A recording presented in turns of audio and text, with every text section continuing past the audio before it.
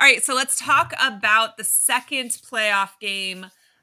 Georgia Notre Dame. I think this is a really interesting matchup. And, while I like to think that Georgia potentially wins it, you know, handily because I do like Georgia. I think they're built well. I feel like these teams kind of match up pretty well against each other.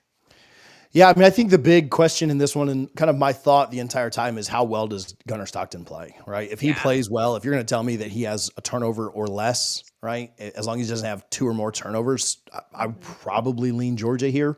Yeah. Um, and I thought he at times looked really, really good in the SEC championship, and then he nearly threw a pick six. If the guy doesn't get tripped up, he throws the game losing pick six, and Georgia is playing on the other side of this bracket right now, Yeah. which maybe would be easier playing Arizona State. But that to me, that's what it comes down to. How well does he play in this one? Notre Dame's defense at times has looked really, really good this year. They obviously shut down Indiana, very different opponent with Georgia there. But again, a backup quarterback that there's a lot of hype around. There's a lot of excitement around. Both teams know how Yeah. talented he is. Marcus Freeman's talked about, like, this isn't just some backup. Like, this is a backup Oh that's yeah. very young, but has a lot of talent, but it's still still really tough to say, all right, go start against Notre Dame in the Sugar Bowl and good luck to you. So I don't know. To me, that's what it all comes down to. I think you kind of know that Georgia's going to run the ball well. Notre Dame's going to try and run the ball well. Both defenses are very good. Which quarterback plays better? Yeah. I mean, I'm really excited for this one, honestly. Sugar Bowl, first of all, Sugar Bowl. If you have you been to the Sugar Bowl? That's one of my very favorite bowl games to go to. So Quentin, put that on your to-do list. Go to the Sugar Bowl. And TJ, if you haven't been, you should absolutely go. It is one of my favorite places to see a bowl game. But it's super, super close for Georgia fans to get there, right? Notre Dame fans will travel well because they just do, and they're kind of spread all over the Everywhere. country, I feel like. But I'm interested to see what kind of grooming Kirby has been able to do for Stockton, right? He obviously played sparingly this year, but he got in, got a little bit in, cut his teeth a little bit. But this is exactly like you said, just such a monumental, opportunity, but pressure situation for somebody with not a lot of experience. And Carson Beck, as the seasoned vet, right? He wouldn't blink at this, but I don't know. This just makes it so much more of a crapshoot. Yeah, I think it is so massive. And something I haven't heard talked about, and I just thought about as you were kind of mentioning that, is I think it's so huge for Georgia that they won the SEC championship. One, because they got 10 extra days to prepare for this and prepare Mhm. a Yes, true it mattered freshman. for them more than it mattered for anybody else. Absolutely. And second, I think this is the kind of game that Kirby is absolutely licking his chops over. A Mhm. running and defense type game where both teams want to do the same thing. Like Kirby's like, bring it on. Yep. Whereas if they would have had to face off with Clemson, which I know they blew their doors off earlier in the Yeah. year, Clemson was a lot better and a very pass heavy team. And Yeah. would Clemson have been able to pass the ball as well on Georgia as they did on Texas? I don't know. Like teams passed pretty well on Georgia this year, late in the year. When you think about Alabama, you think about Ole Miss and others. I think that'd have been a pretty tough matchup. Like Stockton would have had to match them score for score. And Yeah. I think it's very advantageous that Georgia didn't have to play Clemson first game and gets to have the extra rest and then play a team that likes Yeah. to play like Georgia does. They want to run the ball. They want to play good defense.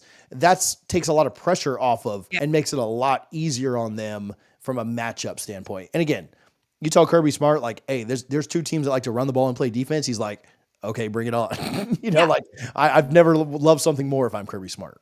So it is an interesting point that you make about winning and getting the additional time and why it's so valuable to Georgia, because I do think that there are some scenarios in this playoffs where losing your conference championship game probably gave you an easier path, and I can see the argument that Texas has an easier path than Georgia in terms of the teams that they are playing. But I actually think that you're right. Write it down. That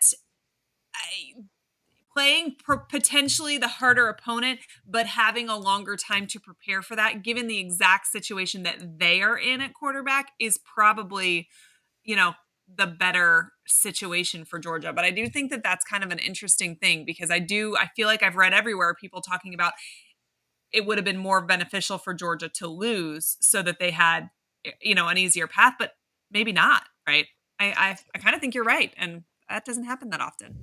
Yeah, from a matchup standpoint, I think they would.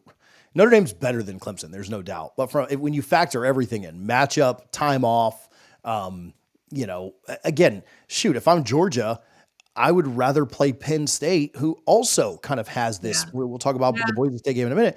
I'd rather play Penn State than Oregon or Ohio State, right? Yeah. Like give Stockton a couple of games before he has Yeah. to face off with the insane offense from any of those teams, really, Yeah. Texas, Ohio State, or Oregon. So yeah, I think from a path, from a matchup, Notre Dame and Penn State are good. Like I'm not trying to take Yeah. anything away from them, but if you're Georgia, you're more talented than them. Do you have a quarterback disadvantage? Possibly, but you're more talented in most other places. So yeah, I think it worked out really well for Georgia. Obviously, they went out and took that SEC championship. I don't want to Yeah. act like it was gifted to them or anything like that, but it's such a big benefit. Whereas Ohio State, or I'm sorry, Oregon winning the Big Ten to me is not a very big advantage. Like Oregon, if Oregon was on the other side somehow right now, where Penn State is, Oregon would be licking their chops, saying, "Okay, we had to, beat Boise State, and then we got to beat Georgia with a backup, and then we're in the Yeah. national championship. Like, bring it on." Yeah. So yeah, I think this worked out really well for Georgia. And at the end of the day, I don't know. It's hard to bet against Kirby Smart. Oh, yeah. I'll pick the dogs here. But again, it is a total crapshoot of what kind of quarterback play you're going to actually get out of the kid. And so I don't know. Hopefully it's just a classic of a game that finishes 21-20 or something. But I think I like Georgia just a slight bit more, mostly because of Kirby Smart. Yeah. But I certainly, to me, this is the hardest game to predict because you just don't know what you're going to get out of the quarterback. I have more confidence in our next game, Ohio State, Oregon, and who I think is going to win that one than I do Georgia Notre Dame, just because I Well, have no clue in this one. with it when to your point about Kirby Smart, I have said all season long, I don't think that there is a coach who makes better halftime adjustments than Kirby Smart in all of college football. And maybe Saban was better than him, but he's not in anymore, right? Like I watching Kirby Smart go into the locker room at halftime and then watching what he comes out with is a work of art, right? And so I will never bet against him. But I got a question for you. Do you think that sometimes we undervalue Notre Dame because of their past history in big games like this? Yeah, absolutely. Right. And you also tie in like their schedule this year, and obviously the A&M win was big, but A&M floundered, through most of And their that was so early year. that it's so So much changes, at first from year of week a new one. coach. But yeah, I mean, I think you think about those things. We also, I mean, by the same token, I'm still scarred from the Manti Te'o. Was that we all 2010? but we do the same thing on a positive for other teams, That's true. right? Like Georgia has more flaws this year than they've had in half a decade. And we still are saying, well, it's still Kirby Smart, Yeah. like, so we give them, But we did the it is. same thing. We did the same thing with Bama. Yeah.